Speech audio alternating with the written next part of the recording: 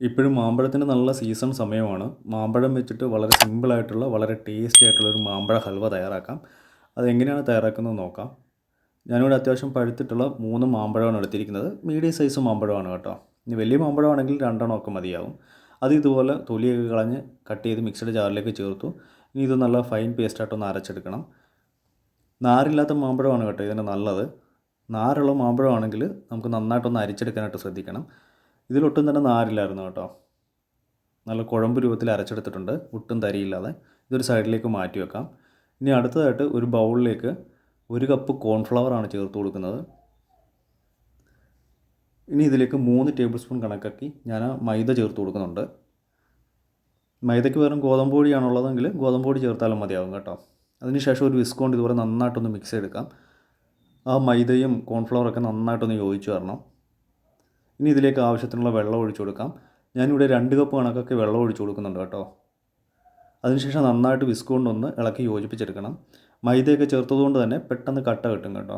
അതുകൊണ്ട് പെട്ടെന്ന് തന്നെ വെള്ളം ഒഴിച്ചിട്ട് നന്നായിട്ട് ഇതുപോലെ ഒന്ന് മിക്സ് ചെയ്തെടുക്കാനായിട്ട് ശ്രദ്ധിക്കണം. ഇനി ഇതൊരു സൈഡിലേക്ക് മാറ്റി വെക്കാം. ഇനി അടുത്തതായിട്ട് നമുക്ക് ഹൽവ തയ്യാറാക്കാനുള്ള പാത്രം ഒന്ന് തയ്യാറാക്കിയെടുക്കണം. ഞാനിവിടെ ഒരു കേക്ക് ടിന്നാണ് എടുത്തിരിക്കുന്നത്. അത് ഇതുപോലെ നെയ്യ് തടകി ഒന്ന് മെരുക്കി എടുക്കുന്നുണ്ട് കേട്ടോ. ആ കേക്ക് ടിന്നിൻ്റെ എല്ലാ ഭാഗത്തും നെയ്യൊന്ന് പുരട്ടി എടുക്കുന്നുണ്ട്.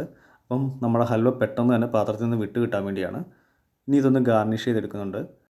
ഇനി കുറച്ച് വെളുത്ത എള്ളും കാഷ്യൂ നട്ട്സൊക്കെ വെച്ചൊന്ന് ഗാർണിഷ് ചെയ്തെടുക്കുന്നുണ്ട്. എള്ള് അവിടെ ഇവിടെയൊക്കെ ആയിട്ടൊന്ന് സ്പ്രെഡ് ചെയ്തിട്ട് കൊടുത്തു. ഇത് എള്ളും ഈ കാഷ്യൂ നട്ട്സൊക്കെ ഉണ്ടെങ്കിൽ മാത്രം വെച്ച് കൊടുത്താൽ മതിയാകും കേട്ടോ. ഇതൊന്നും വെച്ചില്ലെങ്കിലും നമ്മുടെ ഹൽവ നല്ല ടേസ്റ്റി ആയിരിക്കും. എള്ള് കുറച്ച് അവിടെ ഇവിടെയൊക്കെ ആയിട്ടൊന്ന് സ്പ്രെഡ് ചെയ്തിട്ടതിന് ശേഷം അവിടെ ഇവിടെയൊക്കെ ആയിട്ട് കുറച്ച് കാഷ്യൂ നട്ട്സും കൂടെ ഒന്ന് വെച്ച് കൊടുക്കുന്നുണ്ട്. ഇങ്ങനെ ചെയ്യുമ്പോഴുണ്ടല്ലോ നമ്മുടെ ഹൽവ കാണാനൊരു പ്രത്യേക ഭംഗിയായിരിക്കും കേട്ടോ. അങ്ങനെ കേക്ക് ടിന്നിന് അറേഞ്ച് ചെയ്ത് വെച്ചു. ഇനി ഒരു സൈഡിലേക്ക് മാറ്റി വെക്കാം. ഇനി നമുക്ക് ഹൽവ കുക്ക് ചെയ്യാനായിട്ട് തുടങ്ങാം. ഞാനിവിടെ ഒരു പാനിലാണ് കേട്ടോ കുക്ക് ചെയ്യുന്നത്. അത്യാവശ്യം ചൂട് കട്ടിയുള്ളൊരു പാത്രം എടുക്കാനായിട്ട് ശ്രദ്ധിക്കണം. അതിലേക്ക് 1 ടേബിൾ സ്പൂൺ നെയ്യ് ഒഴിച്ചതിന് ശേഷം നമ്മൾ നേരത്തെ തയ്യാറാക്കി വെച്ചിരിക്കുന്ന മാങ്ങയുടെ പൾപ്പ് ഇതിലേക്ക് ചേർത്ത് കൊടുക്കാം. ഇനി മീഡിയം ഫ്ലെയിമിലിട്ടിട്ട് ഇത് കുറച്ച് സമയം നന്നായിട്ടൊന്ന് വഴറ്റിയെടുക്കണം. അതിലെ ആ വെള്ളമയമൊക്കെ ഉണ്ടെങ്കിൽ പെട്ടെന്ന് തന്നെ വറ്റി കിട്ടും. ഇവിടെ ഇപ്പം ചെറുതായിട്ട് ബബിൾസൊക്കെ വന്ന് പൊട്ടി തുടങ്ങിയിട്ടുണ്ട്. ഹൽവയ്ക്ക് മാമ്പഴം എടുക്കുമ്പോൾ അത്യാവശ്യം നന്നായിട്ട് പഴുത്ത മാമ്പഴം അതുപോലെ തന്നെ നല്ല മധുരവും ഒട്ടും നാരില്ലാത്ത മാമ്പഴം എടുക്കാനായിട്ട് ശ്രദ്ധിക്കണം. നാരുള്ള മാമ്പഴമാണെങ്കിൽ പ്രത്യേകം അരിച്ചെടുക്കേണ്ടതാണ്. ഇനി ഇതിലേക്ക് നമ്മൾ നേരത്തെ മിക്സ് ചെയ്ത് വെച്ചിരിക്കുന്ന കോൺഫ്ലവർ ഉണ്ടല്ലോ, അതൊന്നുകൂടി നന്നായിട്ടൊന്ന് ഇളക്കി ഒന്ന് കട്ടയില്ലെന്ന് ഉറപ്പ് വരുത്തുന്നുണ്ട്. അതിനുശേഷം ഇതിലേക്ക് ഡയറക്റ്റ് ചേർത്ത് കൊടുക്കാം. ചേർത്തതിന് ശേഷം പെട്ടെന്ന് തന്നെ ഇളക്കി യോജിപ്പിച്ചെടുക്കണം, അല്ലെങ്കിൽ കട്ട കിട്ടാനുള്ള സാധ്യതയുണ്ട്. അല്ലാത്ത പക്ഷം നമ്മൾ ഒരു കൈ കൊണ്ട് കുറേശ്ശെ ഒഴിക്കുന്ന കൂട്ടത്തിൽ തന്നെ വലത് കൈ കൊണ്ട് നന്നായിട്ട് ഇളക്കി കൊടുത്താലും മതിയാകും കേട്ടോ. എങ്ങനെയാണെങ്കിലും ഒട്ടും തന്നെ കട്ട കെട്ടാതിരിക്കാനായിട്ട് ശ്രദ്ധിക്കണം. ഞാനിതുപോലെ കോൺഫ്ലവറിൻ്റെ മിക്സും കൂടെ ചേർത്തിട്ട് നന്നായിട്ടൊന്ന് ഇളക്കി യോജിപ്പിച്ചെടുത്തിട്ടുണ്ട്. ഇനി ഇതിലേക്ക് നമുക്ക് മധുരത്തിന് ആവശ്യമുള്ള പഞ്ചസാര ചേർത്ത് കൊടുക്കാം. ഇവിടെ ഞാൻ അത്യാവശ്യം മധുരമുള്ള മാമ്പഴമാണ് എടുത്തിരിക്കുന്നത്.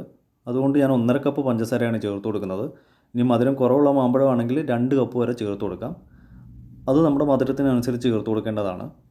പഞ്ചസാര കൂടി ചേർത്തിട്ട് കൈവിടാതെ ഇതുപോലെ നന്നായിട്ട് ഇളക്കി കൊടുത്തുകൊണ്ടിരിക്കണം. പഞ്ചസാരയൊക്കെ മെൽറ്റായി വരുന്ന സമയത്ത് നമ്മുടെ ആ മിക്സ് ഒന്നുകൂടി ഒന്ന് ലൂസായി വരും.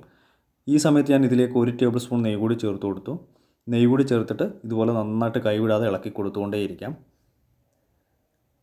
ഇതൊരു വലിയ പ്രോസസ്സിങ് തന്നെയാണ് കേട്ടോ, ഈ ഇളക്കി കൊടുക്കുക എന്നുള്ളത്.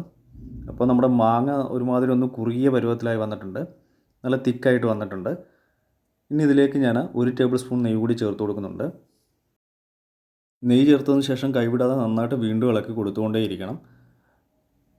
ഇതൊന്ന് തിക്കായി വരുന്നവരെ നന്നായിട്ട് ഇതുപോലെ ഇളക്കി കൊടുത്തുകൊണ്ടേയിരിക്കാം. ഒട്ടും തന്നെ കട്ട കെട്ടാനായിട്ട് പാടില്ല കേട്ടോ. ഇതിലേക്ക് ഞാൻ ഇനി ചേർത്ത് കൊടുക്കുന്നത് നല്ലൊരു ഫ്ലേവർ കിട്ടാനായിട്ട് ഏലക്കയുടെ പൊടി ചേർക്കുന്നുണ്ട്. ഇതിപ്പോൾ വെളുത്തിരിക്കുന്നത് നമ്മൾ പഞ്ചസാര ചേർത്ത് പൊടിച്ചതുകൊണ്ടാണ് കേട്ടോ. 5 ഏലക്കയുടെ കാമ്പ് 1 ടേബിൾ സ്പൂൺ പഞ്ചസാര ചേർത്ത് പൊടിച്ചെടുത്തതാണ്.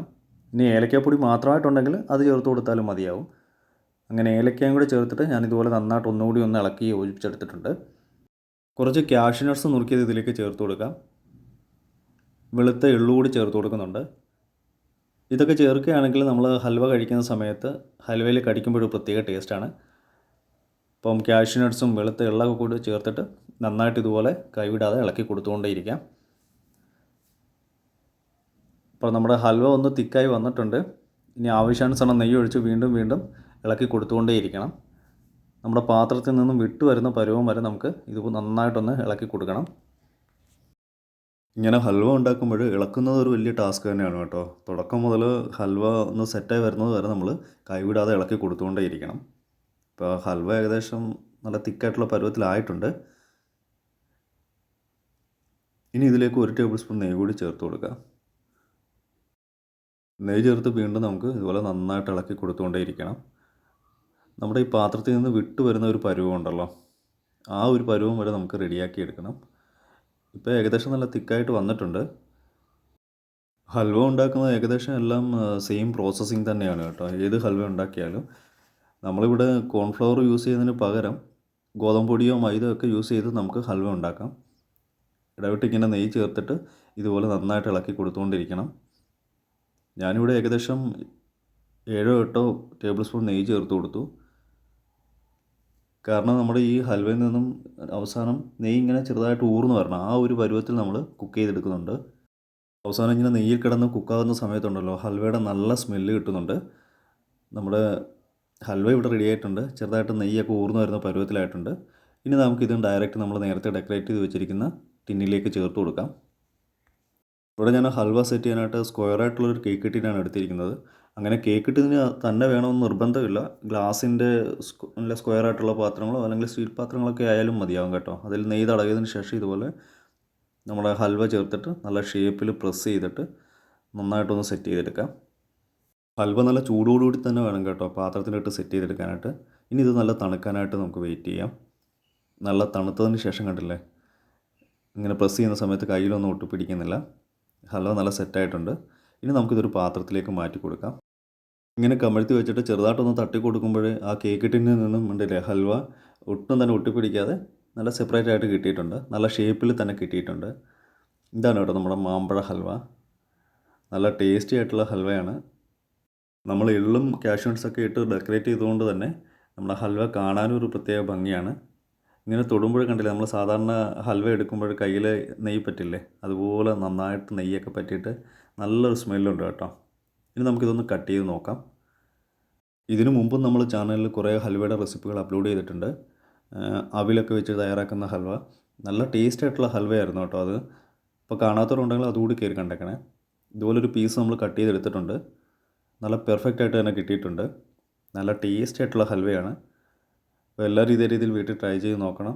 ഇന്നത്തെ റെസിപ്പി എല്ലാവർക്കും ഇഷ്ടമായി എന്ന് ഞാൻ കരുതുന്നു. വീഡിയോ ഇഷ്ടമായാൽ ലൈക്ക് ചെയ്യാനും ഷെയർ ചെയ്യാനും സബ്സ്ക്രൈബ് ചെയ്യാനും അതോടൊപ്പം തന്നെ കമൻറ്റ് ചെയ്യാനും മറക്കരുത്. ഈ വീഡിയോ യൂസ്ഫുൾ ആയിട്ട് തോന്നുകയാണെങ്കിൽ മാക്സിമം ഷെയർ ചെയ്ത് സപ്പോർട്ട് ചെയ്തേക്കണേ. തൊട്ടടുത്ത് കാണുന്ന ബെൽ ബട്ടൺ കൂടി ഒന്ന് എനേബിൾ ചെയ്താൽ ഞാൻ അയക്കുന്ന വീഡിയോസിൻ്റെയൊക്കെ നോട്ടിഫിക്കേഷൻ അതാ സമയത്ത് തന്നെ നിങ്ങളിൽ എത്തിച്ചേരുന്നതാണ്. നല്ല റെസിപ്പിയുമായി വീണ്ടും കാണാം. Thanks for watching. ബൈ.